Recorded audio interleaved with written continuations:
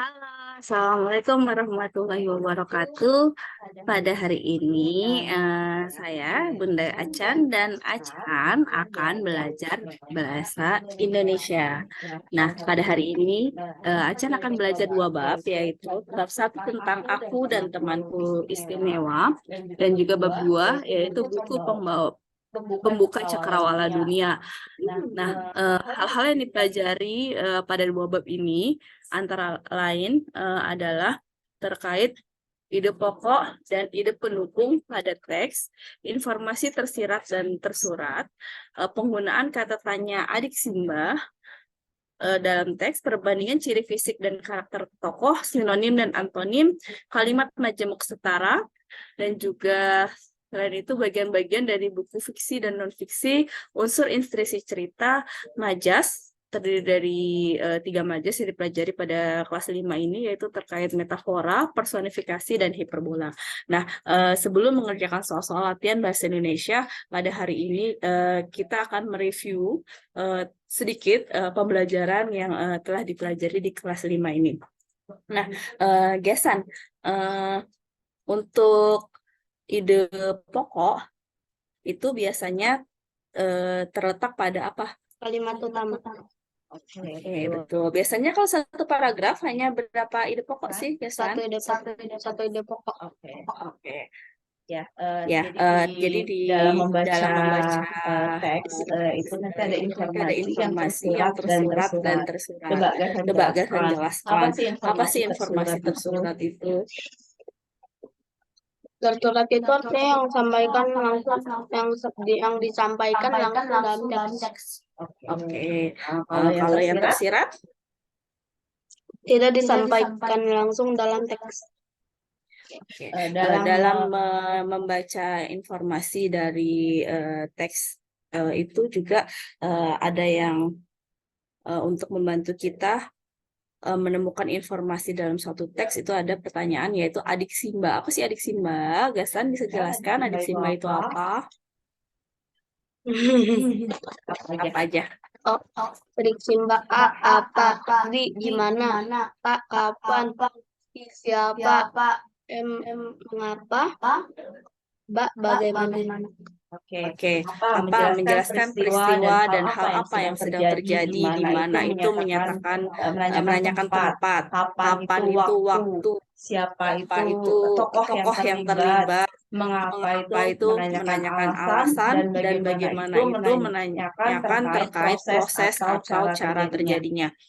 Nah, di dalam bab satu juga mempelajari tentang sinonim dan antonim. Sinonim apakah? Gasam, apakah ini dimaksud dengan sinonim? Sinonim adalah persamaan kata. Persamaan kata. Kalau antonim? Lawan kata. Lawan kata. Jadi cara memahami atau mengingat-ingat apa sih sinonim? Sinonim itu S. Awalnya S. Jadi sama. Kalau antonim itu lawan kata. Seperti itu ya, untuk mengingat-ingat. Kadang kan sering ketukar antara sinonim dan antonim gitu. Kalau Gasan mengingatnya yaitu sinonim itu S, artinya sama, persamaan kata. Selanjutnya yaitu terkait kalimat majemuk setara. Kalimat majemuk setara ada yang hubungan menggabungkan, ada hubungan bertentangan, dan ada hubungan memilih. Kalau hubungan memilih itu kata penghubungnya itu apa? Atau. Betul. Kalau kata yang menggabungkan itu kata penghubungnya dan serta baik titik-titik maupun titik-titik lalu kemudian itu yang menggabungkan. Kalau yang bertentangan itu tetapi, sedangkan, dan bukan titik-titik melainkan titik-titik gitu ya. Kalau yang bertentangan, maaf. Kalau yang bertentangan itu tetapi, sedangkan, dan bukan titik-titik melainkan titik-titik. Nah, itu yang dipelajari di bab 1. Kalau yang dipelajari di bab 2 yaitu terkait bagian-bagian dari buku. Bagian-bagian dari buku ada berapa, Gasan? Gasan bisa jelasin? 4. Ada 4 apa aja itu? Bagian-bagian buku. Cover atau sampul buku, halaman preliminary, isi buku, dan halaman post liminary. Oke, betul ya. Ada 4 bagian. Kalau yang cover itu ada cover depan, cover belakang, dan satu lagi punggung buku. Cover depan itu tampilan depan itu biasanya berisi tentang judul buku, pengarang, terus kalau buku pelajaran biasanya digunakan untuk kelas berapa gitu ya. Kalau cover belakang dia isinya ringkasan isi buku, alamat penerbit dan juga ISBN buku. Kalau punggung buku ini ini nih yang di samping itu biasanya pelindung ketebalan buku. Nah, kalau halaman preliminary itu terdiri dari nama penulis atau nama penerjemah, nama penerbit, hak cipta buku, kata pengantar, dan juga daftar isi. Nah, kalau bagian utama itu adalah isi dari buku yang memuat atau membahas informasi atau materi yang ada di buku gitu ya. Kalau bagian yang terakhir yaitu bagian postliminary, yaitu terdiri dari daftar kata.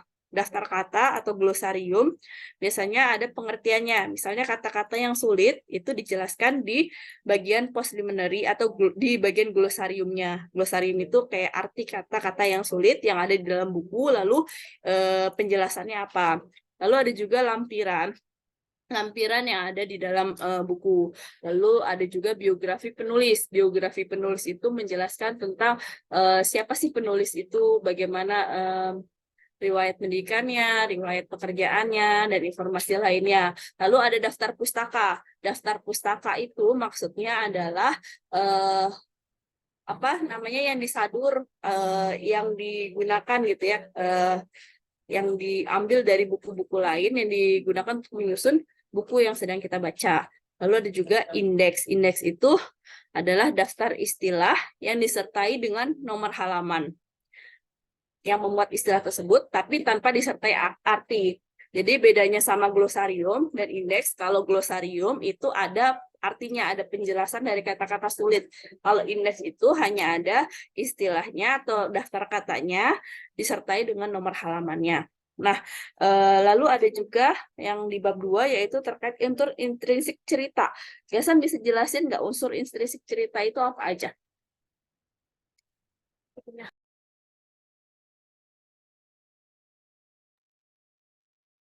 Ada tema, tokoh dan penokohan, amanat, alur, dan latar. Oke, betul.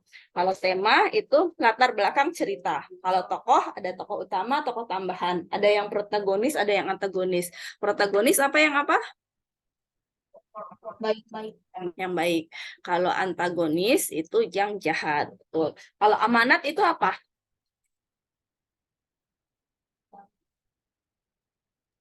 Amanat itu Pesan yang ingin disampaikan oleh pengarang kepada orang yang membaca. Ya, ya, betul. Lalu Lalu selanjutnya ada latar. Latar itu ada 3. Ada latar tempat, latar waktu, dan juga latar suasana. Latar tempat itu menjelaskan terkait tempat terjadinya peristiwa tersebut. Kalau latar waktu menjelaskan tentang kapan kejadian itu terjadi. Latar suasana menjelaskan tentang gambaran suasana di dalam cerita tersebut.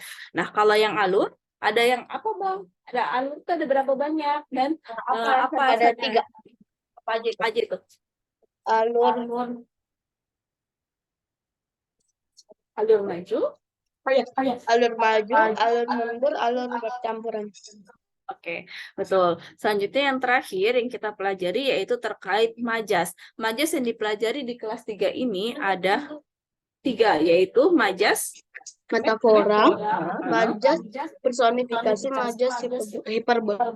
Oke, majas metafora. Apakah yang dimaksud dengan majas metafora?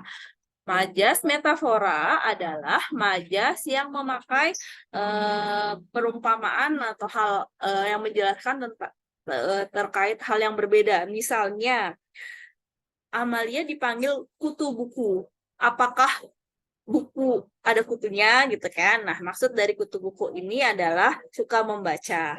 Misalnya, tinggi hati. tinggi hati. Apakah hatinya tinggi? Tidak, itu hanya kiasan ya, hanya kiasan, bukan makna yang sebenarnya. Bukan makna yang sebenarnya dan merupakan hal yang berbeda. Tinggi hati itu artinya sombong, seperti itu. Yang kedua, sekarang Gasan, apa yang Abang tahu tentang majas personifikasi? Majas personifikasi adalah ungkapan untuk benda mati seolah-olah hidup. Ya, jadi benda mati seolah-olah hidup. Misalnya adalah ombak berkejaran. Apakah ombak bisa berkejaran seperti manusia? Tidak. Nah, itu hanya ungkapan. Nah, ingat-ingatnya person. Person itu kan orang ya kalau di bahasa Inggris. Jadi benda mati seolah-olah hidup seperti manusia. Itu disebut majas personifikasi. Contoh lain, misalnya Bel memanggil-manggil. Apakah benar Bel bisa memanggil-manggil gitu kan? Tidak. Nah, itu hanya ungkapan. Nah, ungkapannya seolah-olah seperti manusia. Makanya disebut sebagai majas personifikasi karena mengumpamakan seperti apa yang dilakukan oleh manusia gitu ya. Atau ada yang lain misalnya matahari bersembunyi. Nah, bersembunyi kan itu manusia ya yang bersembunyi. Nah, itu merupakan contoh majas personifikasi. Nah, selanjutnya yang ketiga yaitu majas hiperbola. Apa itu majas hiperbola? Mungkin Gasan bisa jelasin. Ungkapan yang dilebih-lebihkan atau tidak masuk akal. Oke, majas ini majas yang lebay, majas yang berlebihan. Nah, misalnya apa namanya? Air matanya mengalir deras, dilebih-lebihkan gitu ya. Melambung tinggi gitu ya, dilebih-lebihkan. Kabar mengguncang jagat maya. Nah, itu kan sesuatu yang dilebih-lebihkan. Itu majas itu bola. Misalnya setinggi langit gitu ya, setinggi langit. Nah, itu yang dilebih-lebihkan. Oh iya, ada yang kelewat yang di bab 2 itu juga menjelaskan tentang kalimat langsung dan juga kalimat tidak langsung. Kalau kalimat langsung itu merupakan kutipan langsung dari pernyataan seseorang ditandai dengan tanda petik. Tanda petik 2. Kalau ciri yang lain, dia itu huruf pertama dari kata yang dipetik, huruf apa Gasan? Kapital. Terus ada tanda koma yang memisahkan antara kalimat langsung dan bagian lain dalam kalimat. Sedangkan kalau kalimat tidak langsung itu adalah mengungkapkan kembali, menceritakan kembali apa yang disampaikan orang lain gitu ya. Seperti itu. Dia biasanya tidak ada tanda petiknya. Contohnya misalnya Harry bertanya tentang buku yang ingin Adi beli gitu ya. Nah, itu kalau misalnya kalimat langsungnya adalah Harry bertanya kepada Adi, tanda petik 2, apa buku yang ingin kamu beli? Nah, itu bedanya kalimat langsung dan kalimat tidak langsung. Nah,